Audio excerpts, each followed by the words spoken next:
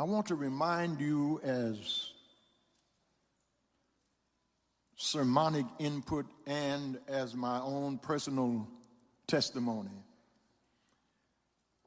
that you will never know that Jesus is all you need until Jesus is all you have.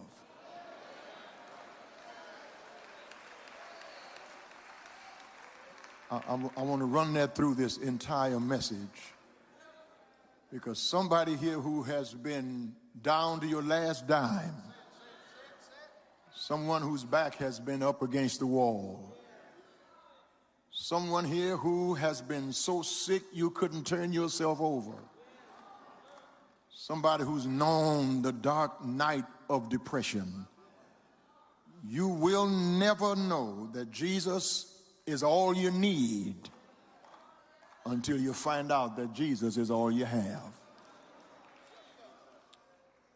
Paul found that out because Paul, who was a blasphemer, becomes now a blesser of the God he cursed. Saul, who was an antagonist, becomes Paul the apologist. This man who persecuted certain of the church is now himself about to suffer persecution. He was on the outside looking in, but now he's on the inside looking out. This Saul of Tarsus who threatened certain of the church with letters of authority from the state to take in hand both men and women who called on the name of Jesus. It was Saul who held the garments of Stephen while he was being stoned. He hated so much the cause of Christ. He persecuted believers. He blasphemed the name. He did everything he could to thwart and to stop the movement of the way. And this Paul, who is on his way to arrest, has himself been arrested. Same God he was on his way to destroy is the God who stopped him on the Damascus road, blinded him in the middle of the day, called him to preach the gospel to the Gentiles. And now this persecuting Saul is praying Paul. This student of Gamaliel is now a servant of the Lord. And he is so feared by the believers because his former life and his present life are in such contradistinction that they are afraid to take him in. You will never know that Jesus is all you need until you wake up and discover that Jesus is all you have. Walk with me around the text. In verse number 23, after some time had passed, the Jews plotted to kill him. Paul plotted to kill Jews, and now the Jews are plotting to kill him. The Jews that he was with in his blaspheming of the Christ are now the Jews that hate him so much they want to kill him because he's left them to follow Jesus. He leaves this veil of tribulation and runs right into the people he had come to destroy, because once you see the truth, once you believe the truth, it's hard for somebody to convince you of a lie. Once you know God for yourself, once you have tried him for yourself, You can shout on somebody else's testimony. You can give God praise for somebody else's blessings. You can thank God for what he's doing in somebody else's life. But when he does something in your life and you have your own story, you have your own testimony, when you know the truth for yourself, nobody can turn you around.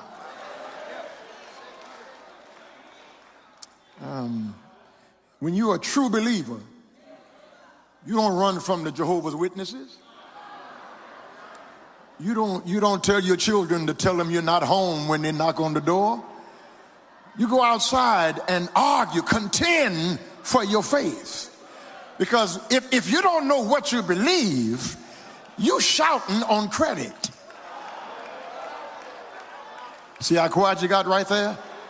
If you're not going to Sunday school, if you're not reading the scriptures for yourself, if you don't know God in your own personal life, and you come to church on Sunday morning and give God praise, for what? You don't know what you're praising.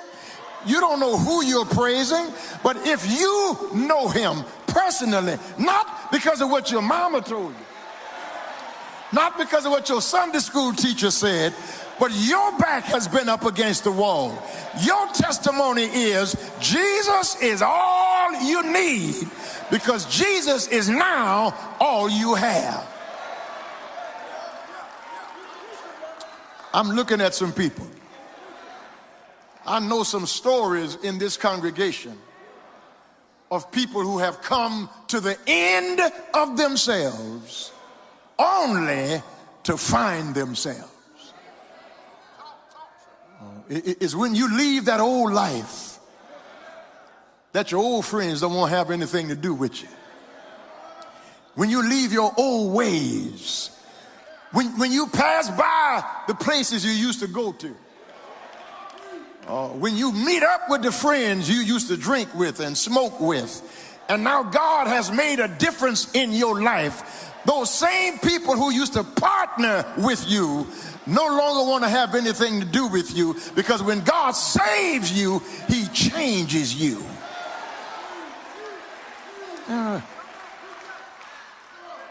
Sometimes you just have to endure times of testing, because you're not doing anything wrong. You just turn your back on your old life, and that comes with some oddity, something mysterious about you, something different about you. Listen, you don't have to do anything to people for them to dislike you.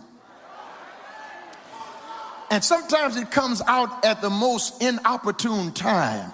You thought they were on your side. You thought they really loved you until something happened to bring out of them what's been in them all the time.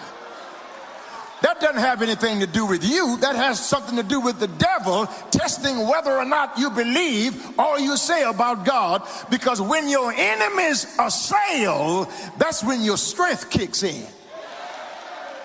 I wish I had somebody here who's been through some time of testing. It's when the devil comes to destroy your testimony and make you act out of your character.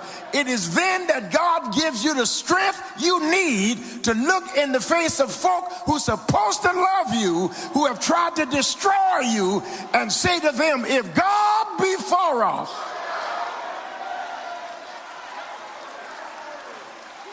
who can be against us? I said this the other day to someone I love, that the craziest things happen in families at death and funerals. And don't let 15 cents be involved. Don't have a shiffer robe full of clothes. You got to be a certain age to know what a shiffer robe is. People, what is in them has been in them all the while, but stress brings it out of them. They've been wanting to say it, but now they blame it on grief. Talk back to me if you can. Or they get drunk enough to speak their sober mind. But you can't let how other folk feel about your testimony destroy how you give God praise. Because what somebody else thinks about you has nothing to do with what God has done in your life. If the Lord's been good to you, don't let them stop you from hollering. Let the redeemed of the Lord.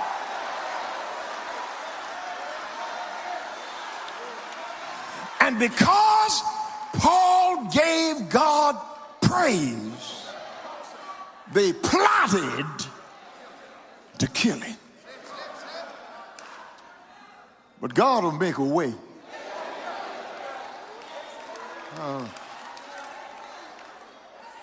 They let him down a wall. Listen to this. They let him down through a wall, in an opening in the wall, and they put Paul in a basket. I want you to get this. They put him in a basket and let him down a wall. The very blessing that God sent to them, they let him down in a basket. There's a basket of blessing for every persecuted believer in here this morning. What they trying to keep from you, God will give you more than that. What they're trying to destroy in you, God will keep letting you rise, that your enemy gonna have to look up to you. David said it better than I can say for me. In the presence of my enemies. Come on, you can help me say it. He anoints my head with oil so that my cup is just running over. Surely goodness and mercy shall follow me. Wish I had a witness here. Even when I try to get away from blessing, God will just send one my way. Even when I'm not looking for a miracle, God will just open a door. Even when I was not expecting a blessing, God will let a basket down in my life. I've seen him do it. I said, I've seen him do it. I need somebody else here who can testify. I've seen him do it.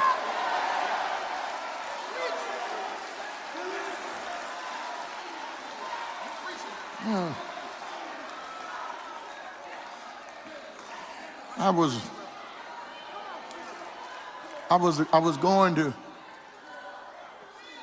going to Mississippi to preach, and brother Stephen Scott's mother passed, and I did not want to miss her service, but I had to be gone to Mississippi that day, that Monday, to preach.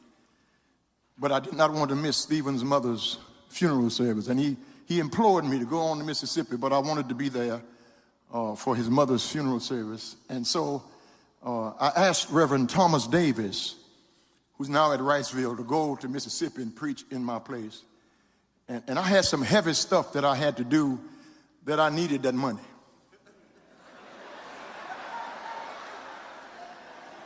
It ain't no sense in me acting like I had it like that. At that time, I needed that money. I'm pretty good right now, but at that time, I needed that money. So I told Thomas to go, and I told the pastor, don't worry about paying him, I'm going to pay him. But I needed that money. I sent Thomas in my place, and I gave him, before he left, $1,000, because the pastor was going to pay me well, and I needed all that he was going to pay me. But I gave Thomas $1,000 to go and preach in my place. Before church was over, somebody walked up to me and said, Pastor, the Lord has just moved me to give you this amount of money. $1,000 in an envelope. God's got a basket of blessings. If you just trust him, if you just take him at his word, if you just believe that he will make a way out of no way, Let the folk talk about you. Let the people try to put stumbling blocks in your way. Let folk try to stop your progress. God will send a basket of blessing in your life to make you know I'm with you.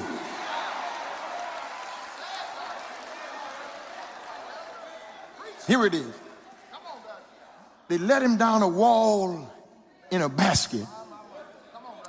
He escaped persecution. Paul escapes in a basket.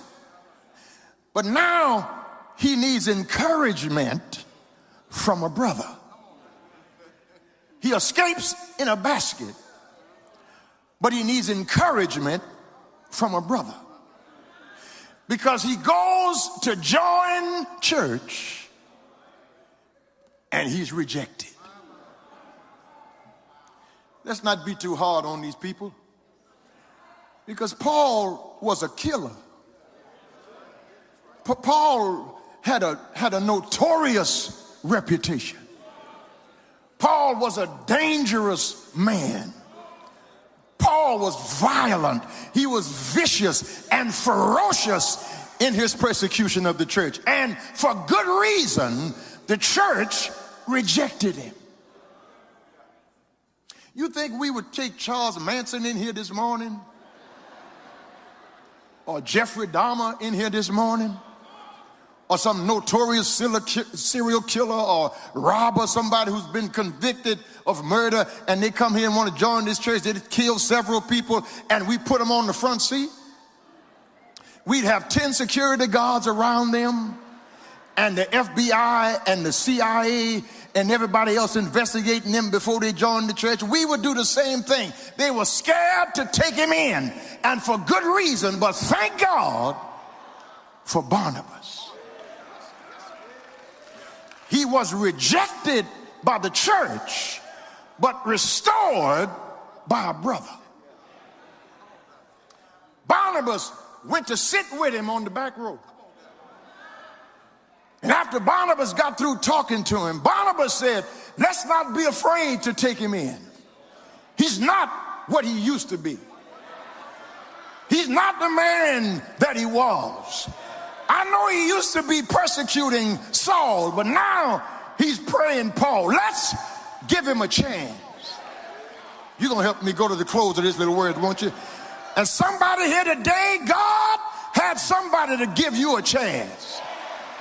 You didn't deserve it. You didn't earn it. You didn't work for it, nor were you worthy of it, but somebody had to give you a chance.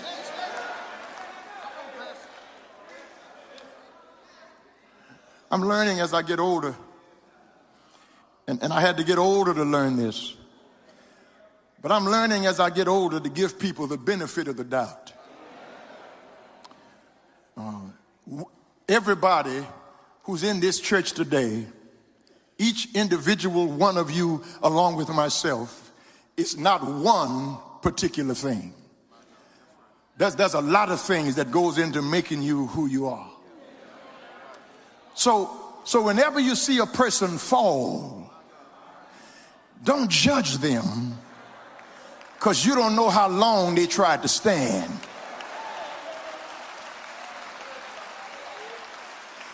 And maybe had you been walking in their shoes, you might have fallen a long time before. It's easy to judge when you don't have all the facts. Talk back to me if you can. It's easy to point your fingers at people who've done something that you think you would never do. But you've never been in that circumstance. You've never been in that situation. Don't talk about what you won't ever do. Thank God for what you haven't done yet. It's by the grace of God that you haven't done what somebody else has done. But we are not here to compare testimony with somebody else. Thank God for what he delivered you from, and somebody had to give you a chance. Thank God for the Barnabas in the text. And thank God for Barnabases in this congregation. People who encourage other people. Because from time to time, all of us need to be encouraged. All of us need a pat on the back. All of of us need somebody to say you're doing a good job. All of us need somebody after we fall to pick us up and say, I know you messed up, but I'm on your side. Have I got a witness here? And if you don't have anybody to do that for you, then do what David did. David patted his own self on the back. David learned how to encourage himself. And you're not going to get people to always congratulate you. That's why you got to have confidence in yourself.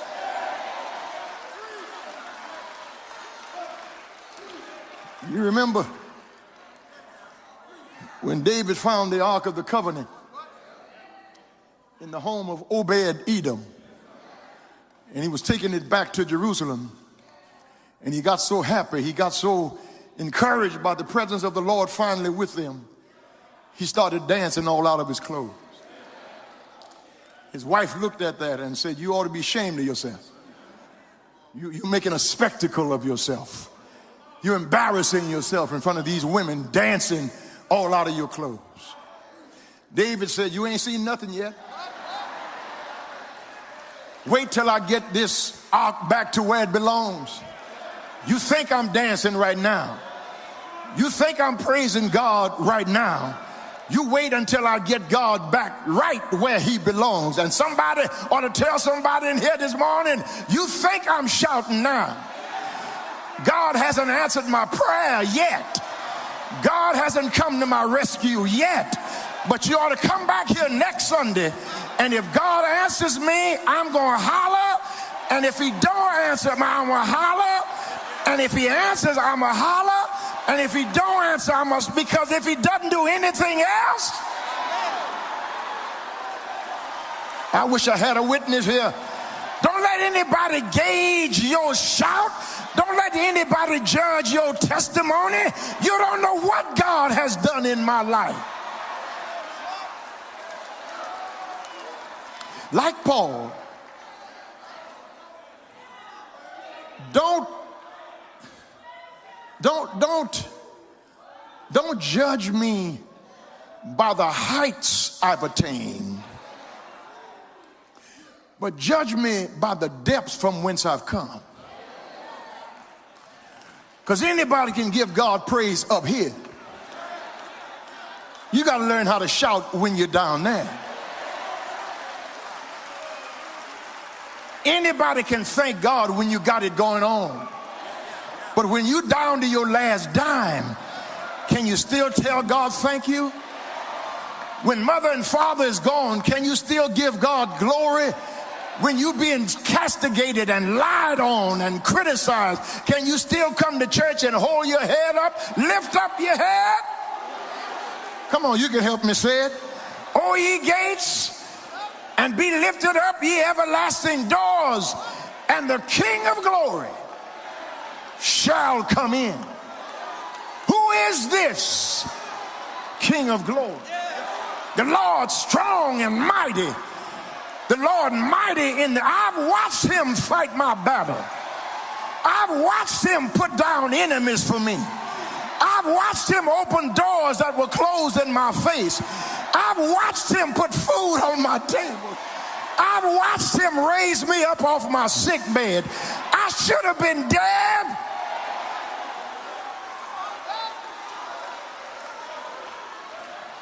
But thank God I had some Barnabases in my life. I want to give you a little homework assignment. If you can remember, or if you have to write it down, remember this.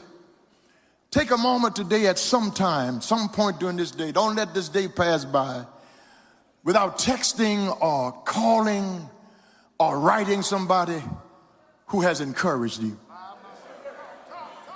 Somebody who has made it possible for you to be where you are. Some supervisor who took a chance on you. Some teacher who stayed with you after school. Some Sunday school teacher who prayed for you that you would come out good on the other side of your situation. some preacher, some old person in your life, some young person, your equal in your life who stood with you in the testing times. Don't let this day pass without calling, texting, or writing a Barnabas and telling them, thank you for standing with me. Thank you for being on my side when maybe that person is here. You might want to get up from where you are right now if you see them and go tell them, thank you for being there for me when I needed you. I know I wasn't always there for you, but you are always there for me. And I am who I am right now because some Barnabas in my life made the difference. I'm trying to hurry here, but he escapes in a basket. He's encouraged by a brother, and he's an example of boldness. They're trying to kill him. They're trying to kill his witness because he's talking boldly about what God has done for him. And brothers and sisters, hear me as I hurry. Paul never preached without telling his testimony. He never witnessed without talking about what happened to him on the Damascus Road. With all of his education, with all of his training, with all of his knowledge, he said, I consider it all dung, the refuse of the human body. I consider it excrement, trash, rubbish, except I know Jesus Christ. Somebody ought to help me close here. Paul did not look down from his ivory tower at people who were not as intellectual as he was, because our world is in danger of being destroyed not by unlettered ignorance, but by unsanctified intelligence. That's intelligence that's not been baptized in the grace of God. The best thing in this church is somebody who got good sense and good religion. A head full of sense and a heart full of sin makes you a menace to society. But if you got learning and burning, information and inspiration, if you got a heart for God, you don't look down your nose at people who are not where you are. Paul said, it's by the grace of God. You're going to help me close this, won't you? It's by the grace of God I am what I am. That's somebody else's testimony in here. By the grace of God, I am what I am. Look back over your life a minute and see where you came from. Maybe you came from a privileged background. You never knew anything about hunger. You never knew anything about being outdoors. You had a mother and father who provided and took care of you. But when you got grown, you made some grown-up mistakes. You did some things that you wish you could undo. That's reason to give God thanks for delivering you from that. Or maybe you were drug addicted and God got you off drugs. And people who see you now can't believe that you are the same person that you used to be. Brother George Dokes is in here this morning. Mark Lewis went up to Plaquemine, Louisiana to preach where Brother Dokes is from. And one of the people was asking Mark where he was, and Mark told him he was in Houston at Lily Grove Church. And the person said, I know somebody in Houston at Lily Grove named George Dokes. And Mark said, yes, Brother Dokes is one of the deacons at our church. And that person said, what?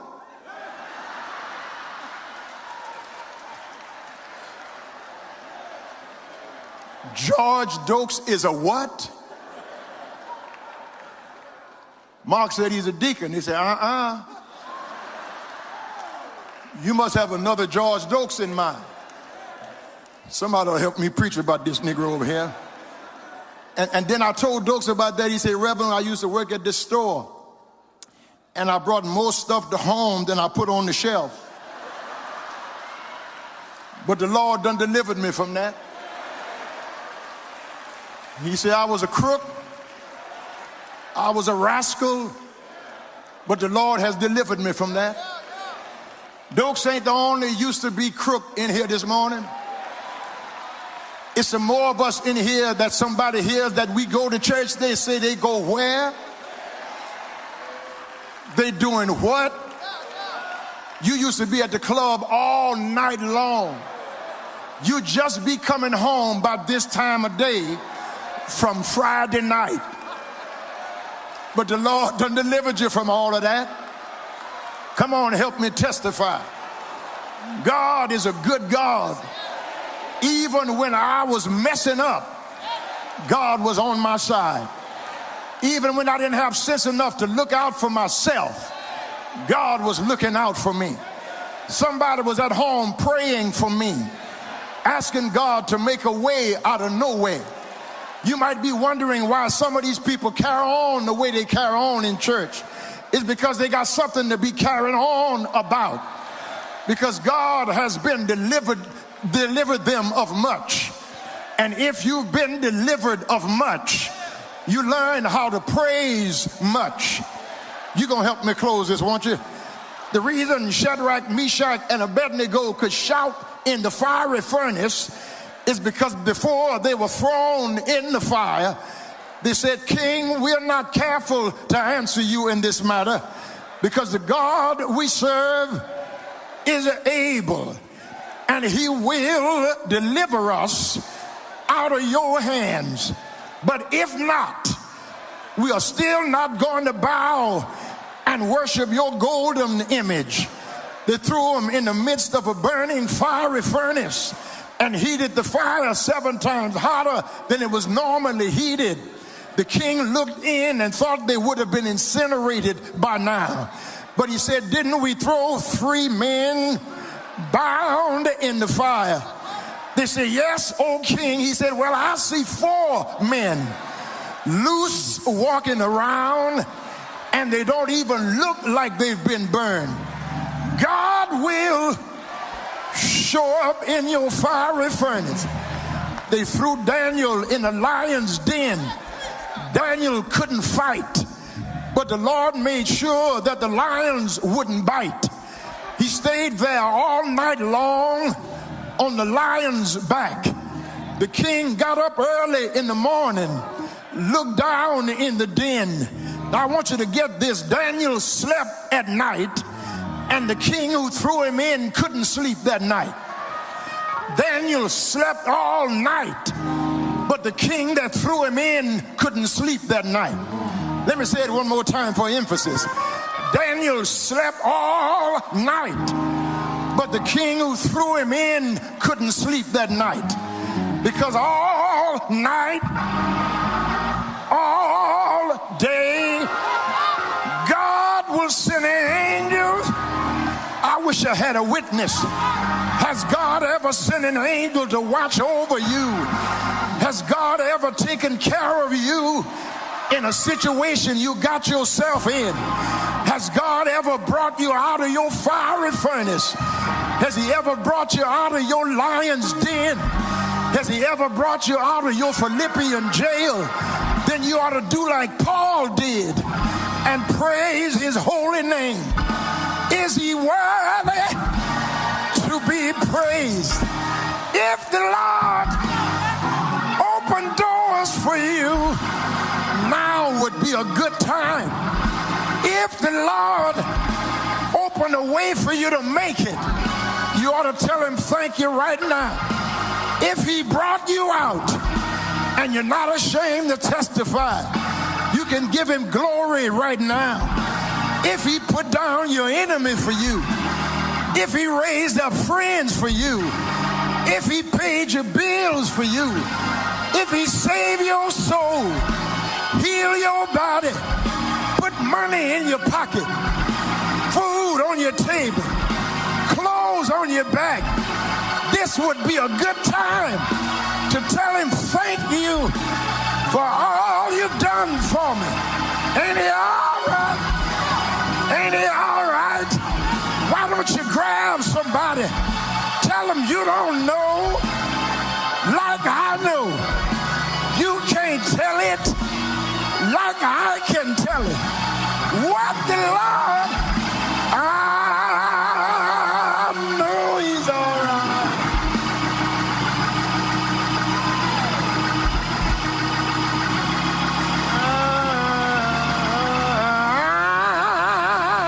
I know he's all right. He walks with me. He talks with me. He tells me I am his own. And the joy, I need some joyful people. I need some happy people. I need some grateful people.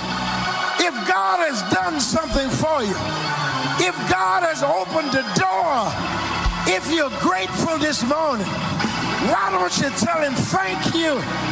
Shout his name. Guide me, oh, great Jehovah, pilgrim through this barren land. I am weak, but thou art mighty. Hold me with your powerful hand. Bread of heaven, bread of heaven, feed me, feed me. Feed me, feed me, feed me, feed me, feed me, feed me, feed me, feed me, feed me, feed me. I know he's all right.